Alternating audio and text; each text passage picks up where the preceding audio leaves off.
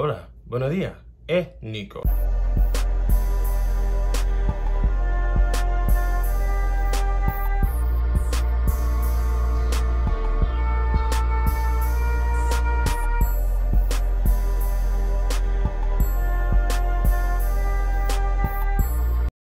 Until he finished coming in my ass for the 4th time. He collapsed down on top of me. I was at least happy that he was happy and satisfied. So today, I'm actually re-recording this video because I actually uploaded it on Patreon, and I was like, this is very low energy, very low vibrational.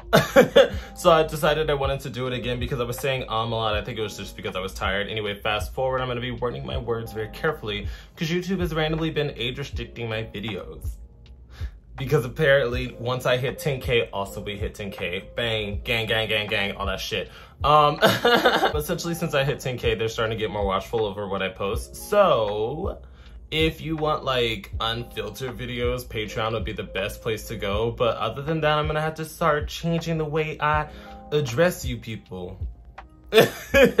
I just find it hilarious because my Ray Potts video where he was like rude and belligerent and I was just dragging everything that he stood on, or my Grandy Glaze video, those aren't age restricted. It's just when I talk about like bi issues or when I talk about gay issues. So it's interesting. It's more like they want me to promote mess. They want me to promote mess, like clickbait kind of thing. So let's get started. Essentially, we're going to be talking about the unprotected era of adult cinematography. If you know what I mean. If you know, you know. If you don't, you don't. I'm sorry. So essentially, when the AIDS epidemic first happened, all adult performers began to use protection. What do you call protection, Nico? The little latex circle that you find young gentlemen and ladies rarely use nowadays. I'm sorry, I'm trying. Okay, so essentially, when the AIDS epidemic hit, everybody started using protections in films because before that there was a few unprotected scenes, but majority of them started using condoms afterwards. Can I say that word? Am I gonna get age restricted for telling you to use a preventative? We don't know. We don't know until it happens. So fast forward. Essentially, between the 2010 eras of adult cinematography, you began to see the emergence of more unprotected scenes once PrEP became more widely available and or known about. Nico, what is PrEP? PrEP is an HIV preventative that a lot of people take, myself included, for the last 4 to 5 years. Essentially, it started off with Truvada, which was a treatment that was found to be effective to prevent it. But Truvada also had health issues like bone density issues, kidney failure, that kind of thing. But now they're moving over to the safer brand Descovy, which I've switched over to last year. And it doesn't cause bone density issues. It is a lot easier on the kidneys, and it is a safer choice if you're going to be looking into PrEP. I suggest that a lot of people get on PrEP. Nico, I'm not gonna do the whole high and mighty PrEP speech. I already made a PrEP video because y'all was acting stupid about a preventative. But essentially, I just say that if you're having unprotected, happy time, very, very happy times. So essentially, before the introduction of PrEP back in the good old eras of vintage 90s and 2000s black and brown adult cinematography, they was using the little latex circles, you know, like my husband Tiger Tyson in my head. Baby, if you see this, I'm sorry, but that is my in-head husband.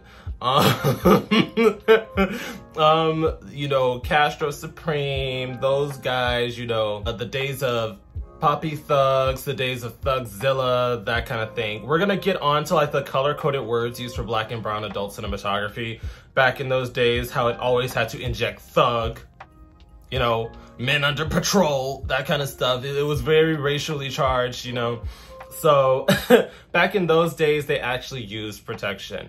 And as PrEP became more prevalent, we started to see in companies such as Breed It Raw or Tim Tales that tiptoed every now and then, because they originally started as a protected company as well. And then they moved on to specific scenes where they weren't using protections. I know at least I know, Diego and Wagner, I think that was his husband's name. They originally started off not using protection with each other because they're like, we are an actual couple. This is how we have our adult happy time, and we don't really want to fake it for the camera. So that was the first time I had truly seen a scene where they weren't using protection up front.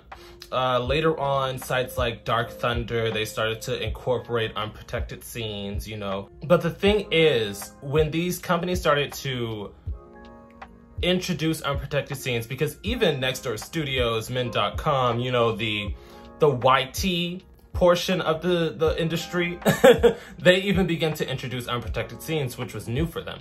So the thing is, when these people introduced these scenes, not a lot of companies were mandating that their performers get tested immediately before their scenes. As in, they would just have them get their test results, whether it be a week or two prior, and they would come in, they would film the scene, boom, bam, boom, bam. People would still be catching, you know, can I say that?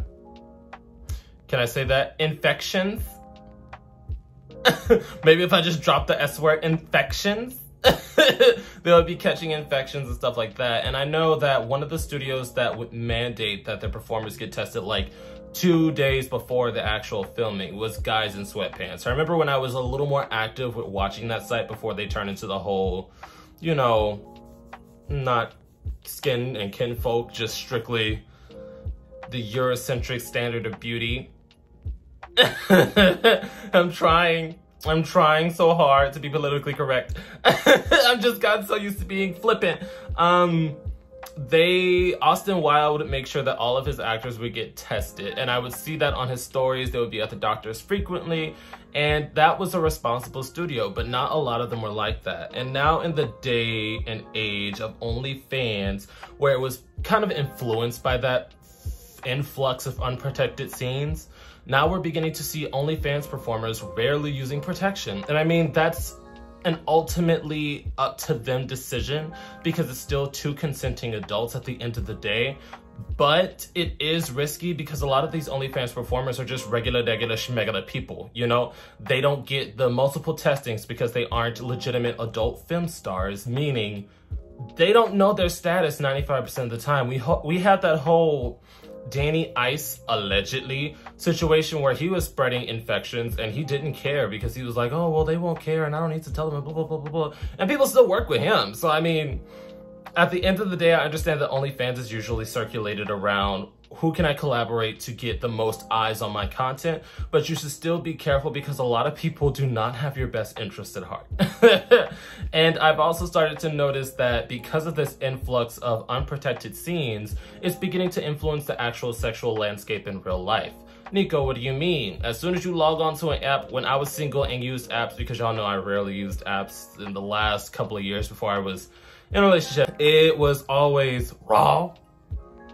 That was the first question anyone would ask me if they wanted to, you know, link up for adult happy time. Raw? And I would just be like, block. Because if you ask me raw and we haven't said a word to each other, you're asking everybody raw.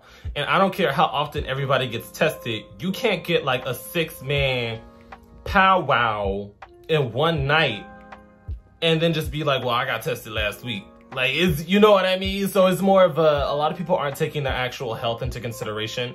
And a lot of people are selfish when it comes to sexual gratification. So I really think that the influx of unprotected scenes that later spilled onto OnlyFans that is now spilling into reality is like a trickle-down effect. And that's what I wanted to bring to you guys.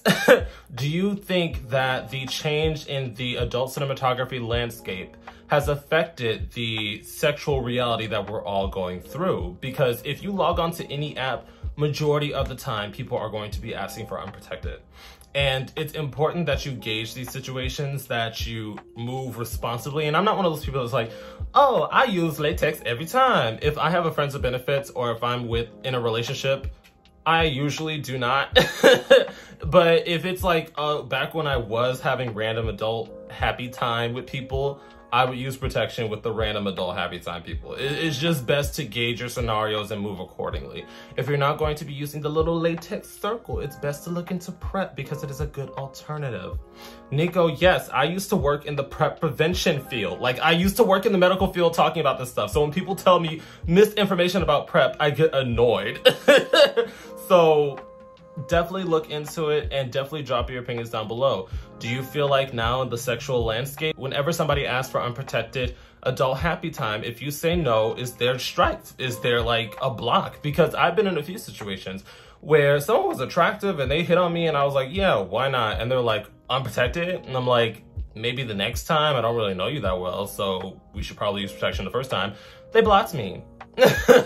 Because apparently I'm approved. So yeah, definitely drop your opinions down below if you notice the change, especially the change in the adult cinematography field, because now it's rare to see scenes that actually mandate protection. And when they do, they usually flop. You know what I mean? Because everybody's so used to the unprotected visual at this point.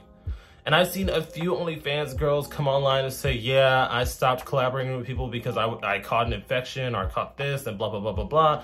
And it's just because people aren't taking sexual responsibility over their bodies. But yeah. And once again, a quick thank you to all my patrons on Patreon and a quick shout out to my third eye tier patrons. Your support means everything to me and helps me do this a lot more smoothly. I will also be listing this week's live stream topic in case anybody wants to join in on the fun. I will see you guys there.